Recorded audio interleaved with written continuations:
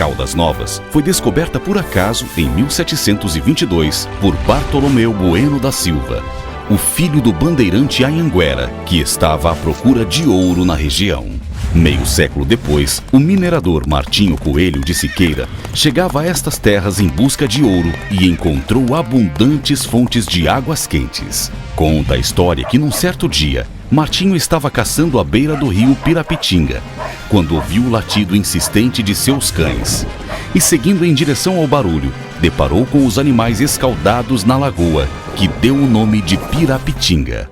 Quando Martinho faleceu, seu filho Antônio, o tenente Coelho, assume a administração das terras que o pai havia apossado e dá início à colonização, construindo a primeira casa nas redondezas, Casa Tenente Coelho. Foi nessa época que o capitão-geral da província de Goiás veio se tratar de uma doença reumática. Curado, ordenou espalhar a notícia que atraiu o botânico e escritor Auguste de Saint-Hilaire. Maravilhado com o poder de cura das águas, o francês escreve no seu diário de viagens um capítulo denominado As Fabulosas Águas Quentes de Caldas Novas, que se transformou em um livro 100 anos mais tarde, atraindo a curiosidade internacional. Luiz Gonzaga de Menezes, de passagem pelas redondezas, se encanta por Rita Parreira, com quem logo se casa. Aliado a Domingos José Ribeiro, dono das terras que eram do Tenente Coelho, teve a ideia de tirar os ex-escravos e pessoas humildes da miséria em que viviam e assim encabeçou a construção do vilarejo próximo ao local onde foi erguida também a igreja de Nossa Senhora do Desterro, padroeira da cidade, mais tarde substituída por Nossa Senhora das Dores. Em 1870, surge a primeira escola, tendo como professor Limírio Ribeiro Quinta. Famílias de diversos locais vinham se estabelecer na região. Cândido Gonzaga, filho do coronel, desvincula Caldas Novas da comarca de Santa Cruz. Logo, a vila se torna distrito de Morrinhos. Traçava-se então um novo rumo na história com a chegada do jovem Bento de Godói, casado com a neta de Cândido Gonzaga, Maria Teresa. A exploração das águas termais ganha reforço com a primeira casa de banho, edificada por Victor Ala. Não tardou, os seus herdeiros se unem ao médico Ciro Palmerston para construir o balneário municipal. Em 1911, Caldas Novas é emancipada. Instala-se a Intendência e o Conselho Municipal Provisório, sendo Bento de Godói nomeado presidente. Em 21 de outubro, são todos empossados conforme o registro no livro de atas. Logo vieram as eleições. Bento é mantido no cargo e dá início ao plano de modernização urbana com a ajuda do irmão Juca de Godói. Em sua administração é instalado o primeiro telefone, a primeira tipografia, trazida a primeira máquina de costura, o primeiro gramofone, o primeiro automóvel, construído o primeiro cinema e criada a banda de música, tendo o mestre Orlando como um dos componentes. Nas eleições seguintes, Bento de Godói elege Orcalino Santos, tio de sua mulher, como seu sucessor. Seguindo o ideal progressista da família, Juca de Godói assume logo depois a função de intendente e constrói a estrada para Ipameri e o primeiro aeroporto da cidade. Na sua gestão, a vila é elevada à categoria de cidade. Alguns anos após, o médico Ciro Palmerston é nomeado prefeito, abrindo espaço para seus sucessores, que deram à cidade uma contribuição excepcional.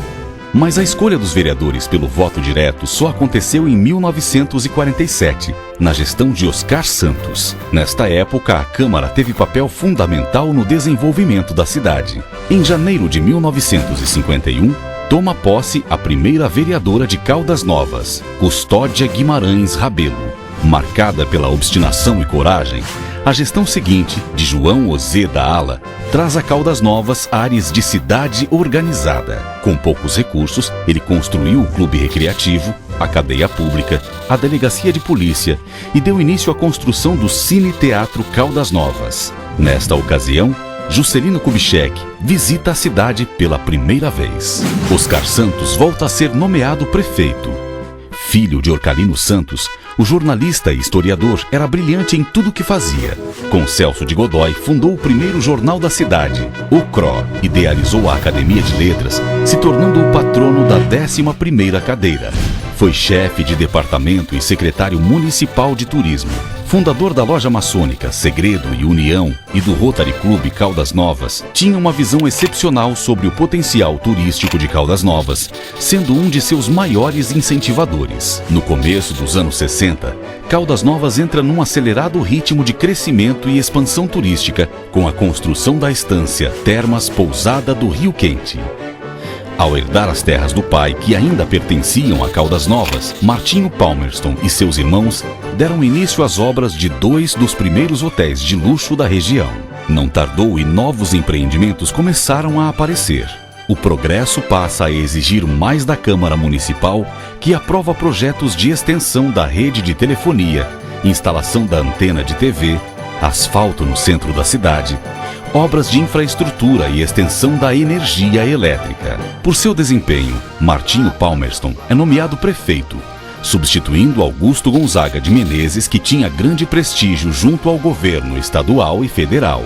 Nesta época, prefeito de cidades consideradas estâncias hidrominerais eram nomeados pelos governadores. Mas em 84, o então presidente da Câmara, Mauro Henrique de Souza Lemos, assume o executivo no lugar de José Araújo e promove a primeira eleição direta para prefeito em Caldas Novas. Toda a cidade se mobiliza em torno das eleições. O clima era de festa. A Câmara Municipal foi palco de acirradas e importantes discussões. Seus presidentes e vereadores tiveram um papel fundamental na composição de um poder legislativo forte e respeitado. Por vários anos, as mulheres foram meras espectadoras do universo político. No início da década de 90, a cidade volta seu olhar para a competência feminina, elegendo suas vereadoras. Executivo, legislativo e judiciário dividiram o espaço físico desde a emancipação do município. Só em março de 2002, a Câmara é instalada em prédio próprio com a denominação dada pelo vereador Uíris Arantes, de Paço Legislativo Martinho Palmerston. 8 anos mais tarde, o prédio é ampliado, dando início a uma era de modernização e transparência implantada pelo então presidente Mauro Henrique Palmerston Lemos. Em sua administração, Mauro Henrique constrói o Museu Oscar Santos, com o objetivo de resguardar a memória da cidade, utilizando-se das mais avançadas ferramentas tecnológicas.